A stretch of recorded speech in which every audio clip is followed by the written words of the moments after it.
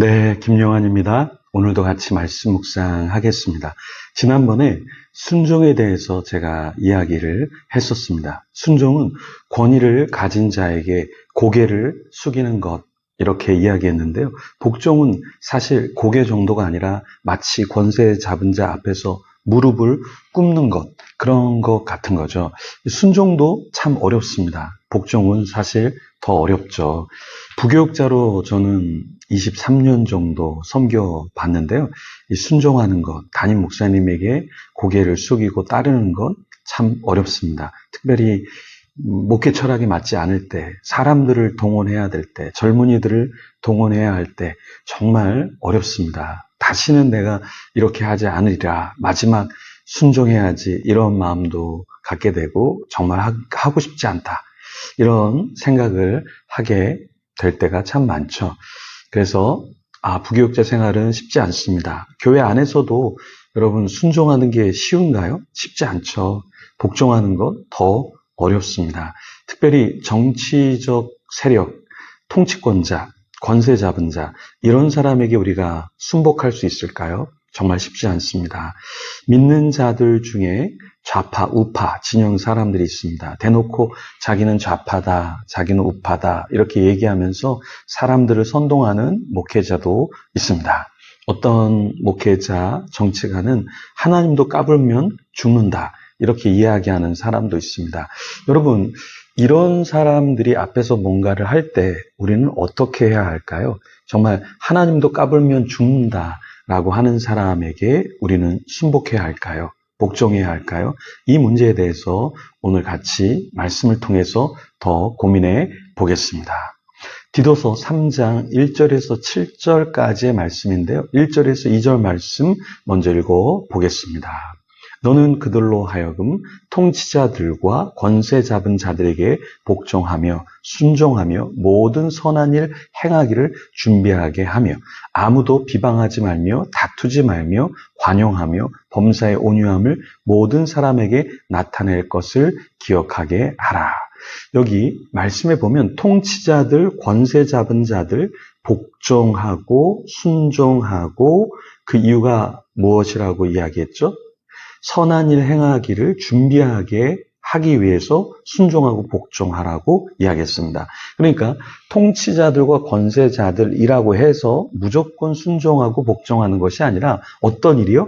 선한 일 행하기를 준비하게 할 때 우리가 그렇게 해야 한다라는 것이죠. 누가 살인을 준비하고 있는데 순종하는 것, 그걸 우리는 순종이라고 하지 않고 공범이 되는 길을 밟는 것이죠.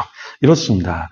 바울은 디도에게 그레데 사람들이 통치자들과 권세 잡은 자들에게 어떻게 하기를 원했냐면, 그 통치자들과 권세 잡은 자들에게 복종하고 순종하고 함께 하기를 원했어요. 언제? 모든 선한 일을 행할 때, 그 일을 준비할 때 그렇게 이야기했습니다.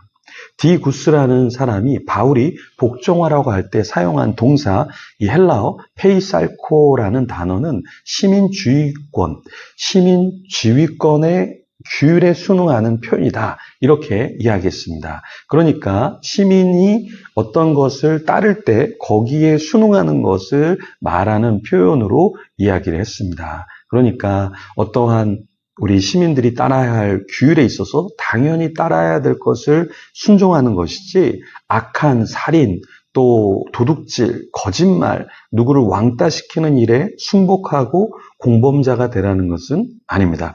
바울은 그레데 사람들이 어떤 삶 살기를 원했죠? 2절에 아무도 비방하지 말고 다투지 말고 관용하고 범사의 온유함을 모든 사람에게 나타낼 것, 순종과 복종을 통해서 또 공동체를 위하는 마음을 가지고 하나가 될 것을 이야기한 것이죠. 그래서 바울은 그레데 사람에게 비방하지 말라, 이렇게 이야기했습니다. 그리스도인은 통치 세력이나 이웃, 또 주위의 사람들을 해하거나 비방하고 악담해서는 안 됩니다. 여러분, 저를 악담하시면 안 됩니다. 네, 기도해 주셔야 하죠. 그래서 앞에 있는 사람들 특별히 더 많이 기도를 해 주어야 하고요. 또 악한 자, 악한 통치자도 우리가 때로는 따끔하게 비판을 해야 되지만 그 영혼을 위해서도 우리는 기도를 해야 하겠죠. 왜냐하면 그 사람들이 잘 돼야 공동체가 잘 되는 것이니까요. 3절에서 5절 말씀 보면 바울은 주님을 알기 전에 어떤 자라고 자신을 고백했죠? 어리석은 자, 순종하지 아니한 자, 그리고 속은 자, 그리고 여러 가지 정욕과 행락의 종로로 탄 자, 악독과 투기를 일삼는 자, 가증스러운 자, 피차, 미워하는 자, 이런 자라고 고백했습니다. 그런데 여러분 여기서 우리가 기억해야 할 것은 속은 자, 속는 것도 나쁜 거예요. 속이는 사람도 문제지만 계속해서 속아서 이단에 있는 경우 이것도 어리석고 안 좋은 겁니다. 지금 굉장히 신천지에서 많은 사람들이 빠져나오고 있다 이렇게 이야기를 합니다. 또 인터코옵도 지금 문제가 되고 있어서 많은 사람이 이미 빠져나왔죠. 다락방도 결국에 지금 많은 사람들이 심지어 앞에 섰던 목회자라고 하는 사람들이 지금 대거 나오고 있습니다. 이 말은 무엇이냐면 더 이상 속지 않겠다라는 거예요. 그러니까 그 단체가 어떠한 목적, 어떠한 모습을 하고 있는지를 빨리 파악했어야 되는데 그렇지 못하고 나오고는 있지만 이렇게 속는 것도 어리석은 것이고 하나님이 기뻐하지 않는 것이다.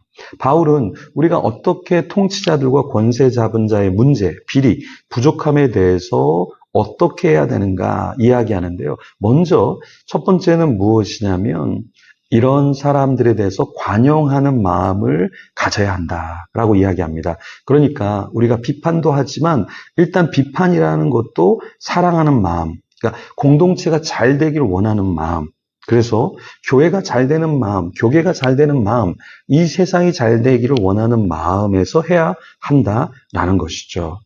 구주 하나님의 자비와 사람 사랑하는 그 마음이 우리 가운데 있어야 한다라는 것입니다. 그래서 바울은 우리가 행한 바 의로운 행위로 말미암지 아니하고 오직 그의 긍휼하심을 따라 중세의 씻음과 성령의 새롭게 하심으로 하셨던 것처럼 우리도 누군가에게 은혜 그리고 자비가 있어야 한다라는 것입니다.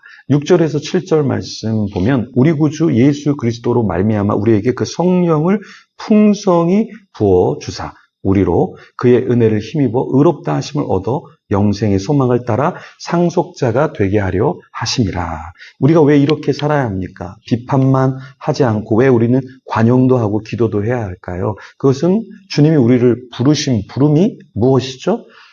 그의 은혜를 힘입어 의롭다 하심을 얻고 영생의 소망을 따라 상속자가 되게 하려는 것이죠. 그러니까 우리는 비판자, 비방하는 자, 남을 죽이는 자로 부르심을 받은 것이 아니라 그리스도의 풍성한 성령 하나님의 풍성이 부어주시는 그 의롭다 하심, 그 은혜를 따라서 상속자가 되었기 때문에 그 정체성을 잊어서는 안 된다라는 것입니다. 그래서 이렇게 우리가 통치자들과 앞에 선 자를 어떻게 해야 되는지 오늘 배웠는데요.